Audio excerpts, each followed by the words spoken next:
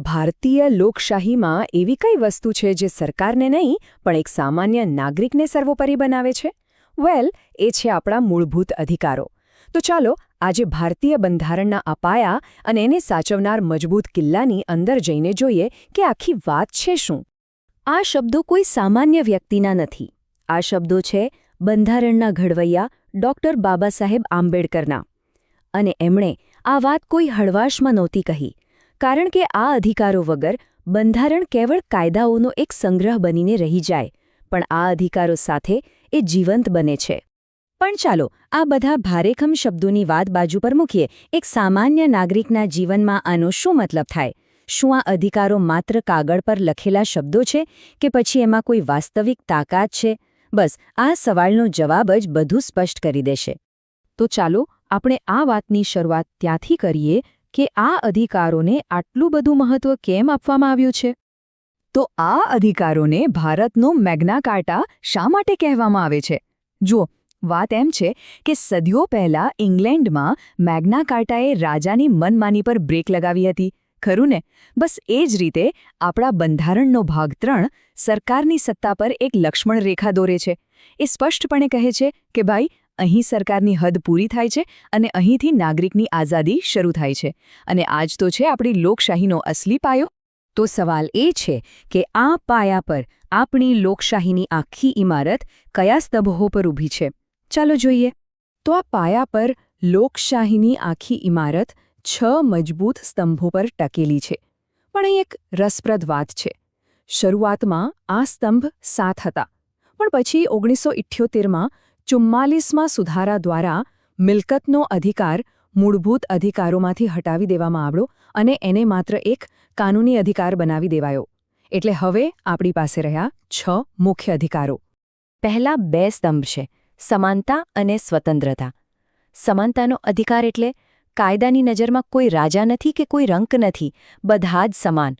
અનુચ્છેદ 17 દ્વારા તો અસ્પૃશ્યતા જેવી પ્રથાને જડમૂળથી નાબૂદ કરી દેવામાં આવી, જે એક સામાજિક ક્રાંતિથી કમ નહોતી. અને બીજો, સ્વતંત્રતાનો અધિકાર, ખાસ કરીને અનુચ્છેદ 21, જે જીવન અને વ્યક્તિગત સ્વતંત્રતાનો અધિકાર છે, એ તો એટલો મહત્વનો છે કે એમાંથી બીજા ઘણા બધા અધિકારોનો જન્મ થાય છે. ત્રીજો અને ચોથો સ્તંભ આપણને રક્ષણ પૂરું પાડે છે.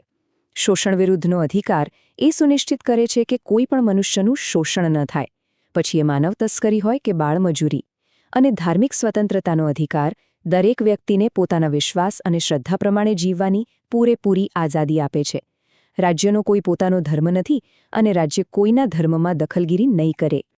5મો સ્તંભ લઘુમતીઓને પોતાની સંસ્કૃતિ અને ભાષા જાળવી રાખવાનો અધિકાર આપીને ભારતની વિવિધતાનું સન્માન કરે છે.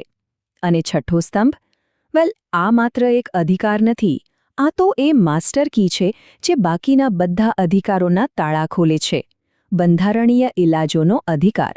અને આ જ આપણને આપણા વિશ્લેષણના સૌથી રોમાંચક ભાગ તરફ લઈ જાય છે, જે છે આપણા અધિકારોનો કિલ્લો. તો આ અંતિમ ઢાલ, આ કિલ્લો છે શું જે આપણા બધા અધિકારોની રક્ષા કરે છે? એ છે અનુચ્છેદ 32.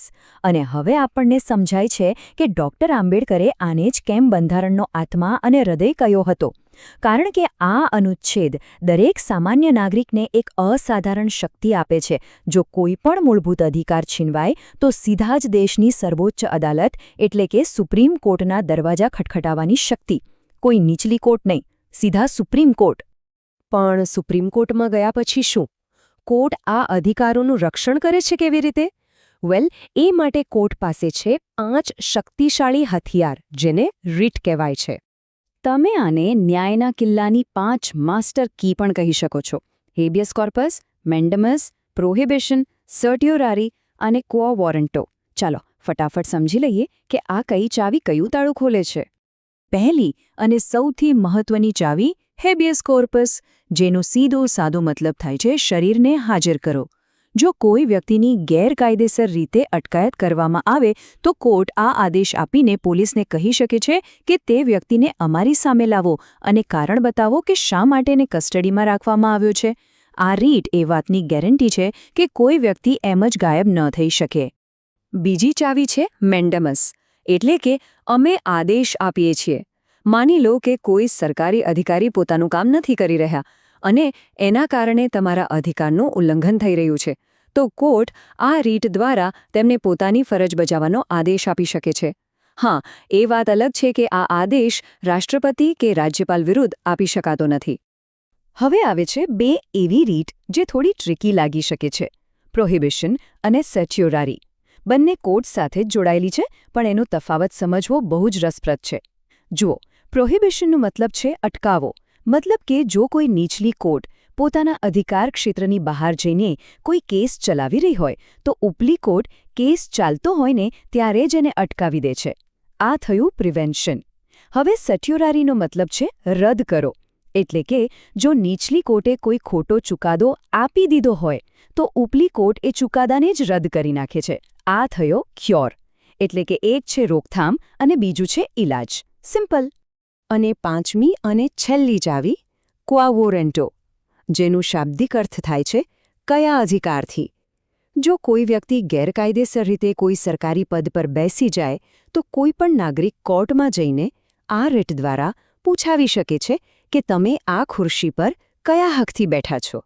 આનાથી જાહેર પદો પર થતી ગેરરીતિઓને અટકાવી શકાય છે.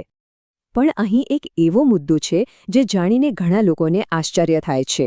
રીટ જારી કરવાની સત્તા કોની પાસે વધુ છે, સુપ્રીમ કોર્ટ કે હાઈકોર્ટ? તો જવાબ છે હાઈકોર્ટ. આવો કેમ?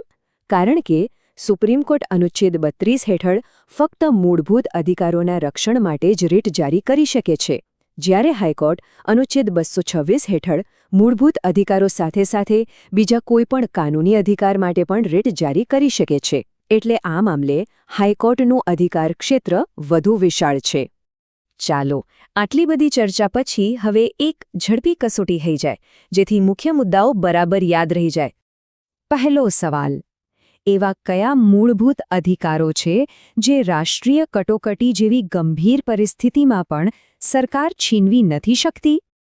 અને જવાબ છે અનુચ્છેદ 20 અને 21.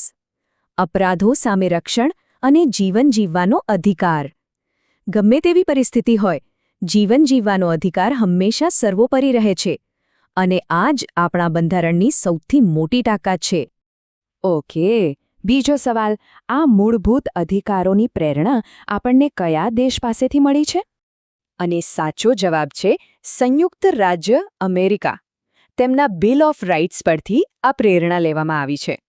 તો આ છે આપણા મૂળભૂત અધિકારો, જે આપણી લોકશાહીનો પાયો પણ છે અને એને બચાવતો મજબૂત કિલ્લો પણ. બંધારણે તો આપણને આ શક્તિશાળી સાધનો આપી દીધા છે, પણ અંતે એક સવાલ તો ઊભો થાય જ છે કે એક સમાજ તરીકે આપણે આ પાયાને કેટલું મજબૂત રાખી રહ્યા છીએ? આ કિલ્લાના દરવાજા આપણે ખુલ્લા રાખીએ છીએ કે બંધ?